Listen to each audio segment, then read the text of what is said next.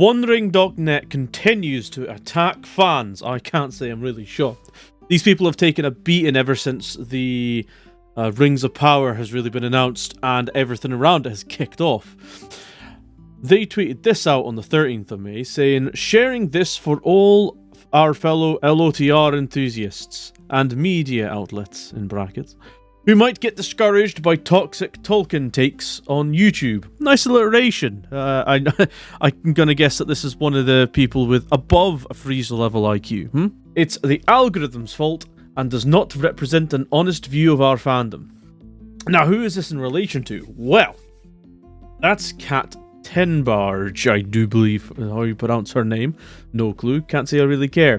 Content creators of all genres are pivoting to cover the Debt v. Heard trial, riding the algorithm to millions of views. I spoke to one 15-year-old boy who went from Elden Ring streams to trial coverage. He's now at 22 million channel views and counting. Yes, it's almost like when it comes to the Debt v. Heard trial, which I have been following. I haven't covered because I can't add anything to this. Debt v. Heard trial is specifically quite very popular because it involves a male who's very, very popular and has been accused of massive amounts of ridiculous sexual abuse, domestic violence. That might all be a lie and was actually the domestic violence might have been actually perpetrated by the woman. And the man has just been punished for almost a decade now, about 6 years, with false allegations. That's and it's a celebrity trial, of course, so it's bound to be popular. That's an entirely different OneRing.net than the sacrilegious bastardization of Tolkien's vision that the Rings of Power and Amazon and you are doing to Lord of the Rings.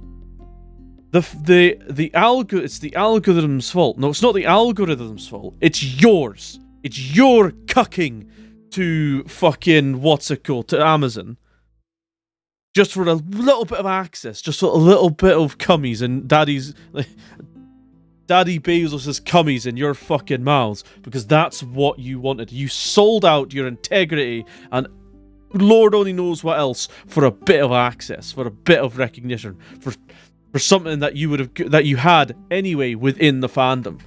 The Tolkien fandom, the Lord of the Rings fandom, never really has been toxic. In fact, most fandoms really aren't. They really aren't toxic. They might be harsh to one another. There might be a fair bit of purity testing that goes on. However, it's all united behind the fact that they all love this one thing. Be it Battletech, Warhammer, 40k is part of Warhammer, but you know what I mean. Tolkien, Dark Souls, Mass Effect, like all these things. And you can certainly have toxic elements, or elements that you can see as toxic. I fucking hate the word toxic. But it's part of the lexicon now, so I have to use it. However, what turns a fandom from being a fandom to something that you might describe as toxic is betrayal that you have done,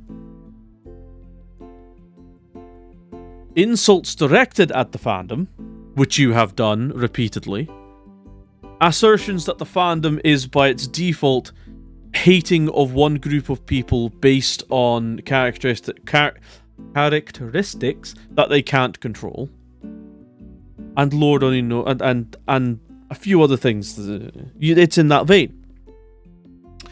So really, this entire fucking debacle, it's not the algorithm, as like I said before, it's you and your ilk. Now, another thing that is quite interesting about the algorithm is that it's not actually helping people like me, people like Nerdrotic, anyone who goes against the established narrative of diversity good, need to change the world in order to suit a modern day look. It actively censors and throttles that kind of content if it gets too popular. That's what these algorithms do. They don't help us, they help you. The fact that this message is getting out. I mean, for fuck's sake, they took away the dislike button to help big business, to help companies that had ratios into the fucking ground. That's not to help smaller creators. Smaller creators would have loved the interaction most of the time. It's like, oh my god, I might be getting negative, and to be fair, it's not nice when you get like a 75%, hell, even a 75% negative on a video. I'm pretty sure I think I have that on one of mine. However, I also realize that, holy shit, that's people who care enough to have pressed downvote. And it seems to have pissed off a faction of people that I really wanted to annoy in the first place, so win-win. They've taken time out of their day to actually interact with a video and also give it a view. Oh well. I mean, I'm not going to do rage bait because fucking that's cringe as shit. But anyway, the idea that you think that the algorithm has helped any of us is laughable, and it shows just how desperate you are, motherfucker.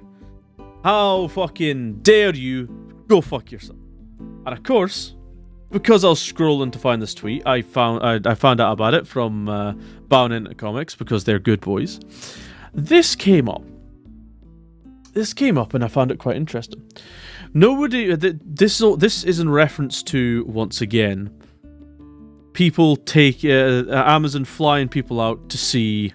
I believe it was a bit of the One Ring, and I believe it's in reference to the super influencers that they flew out as well. But there was I think there was another case of that. But they were complaining about being called shills.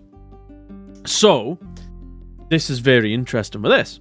Nobody would think twice about seeing this disclaimer on car and truck reviews, nor would it affect the validity of the review. This is why companies against media reviews are made in bad faith. This is why complaints against media reviews are made in bad faith. Customers expect such journalism standards to make informed decisions. I mean, no, it's not that customers expect such journalism standards to make informed decisions. That's the law. You're meant to disclose anything that could make it biased, especially in the US.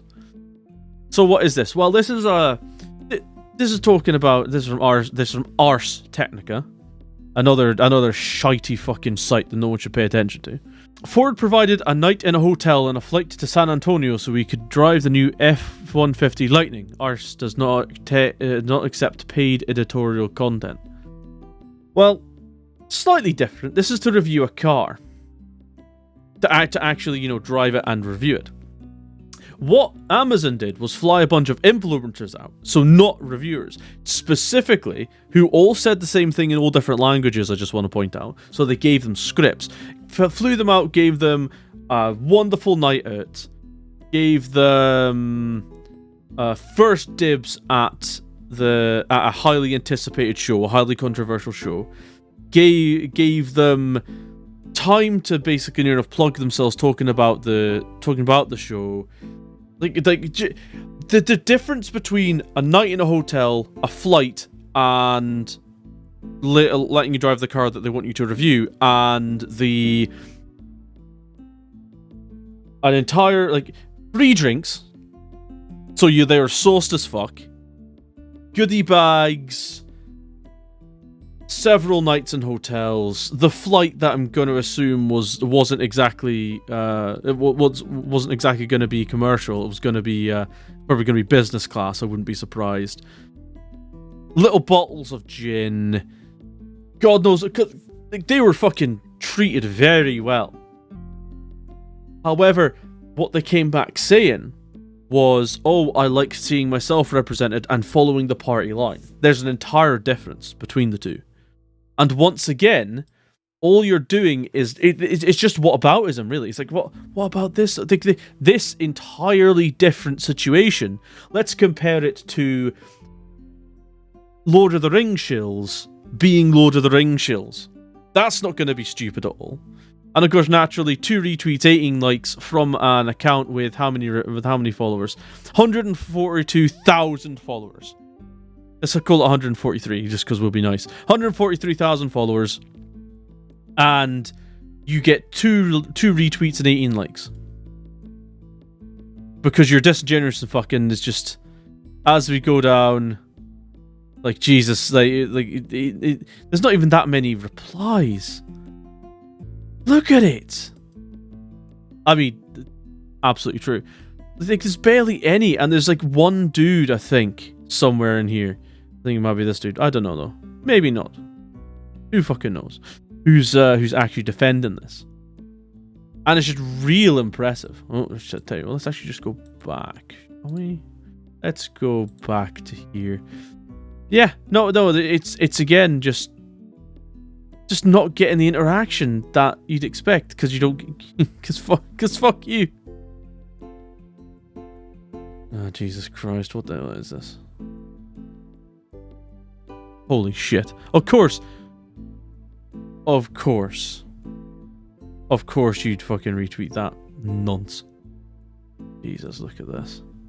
Yeah, so once again, more bastardization and raping of Tolkien and the fandom itself.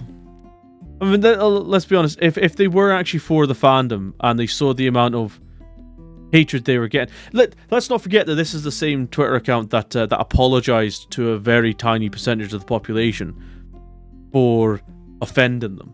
Yet when it comes to this particular topic, they're willing to burn all bridges. So they're not exactly honest actors, we'll say. Like they're being very partisan. They're being very choosy as to who they apologize to. I mean, for fuck's sake, if they came out and said, "Yeah, sorry guys, sorry, we've completely changed our we've heard the fandom, we've heard people's complaints. We understand where you're coming from. We'll do better." If they came out and said that and actually started to change their tune, I guarantee most people would. Fucking hell! Oh, the government's found me, boys. No, I refuse Scottish government. I can't remember what I was about to say now. It's just lost in my brain. Ah, well, fuck it. This video's gone on long enough. Yeah, this is just OneRing.net being fucking stupid still. It's been fucking stupid still. And I hope that they burn soon because I'm sick and fucking tired of them pretending to be defenders of Tolkien when they're actually just raping his corpse. Hope you're proud of yourselves, you stupid pricks.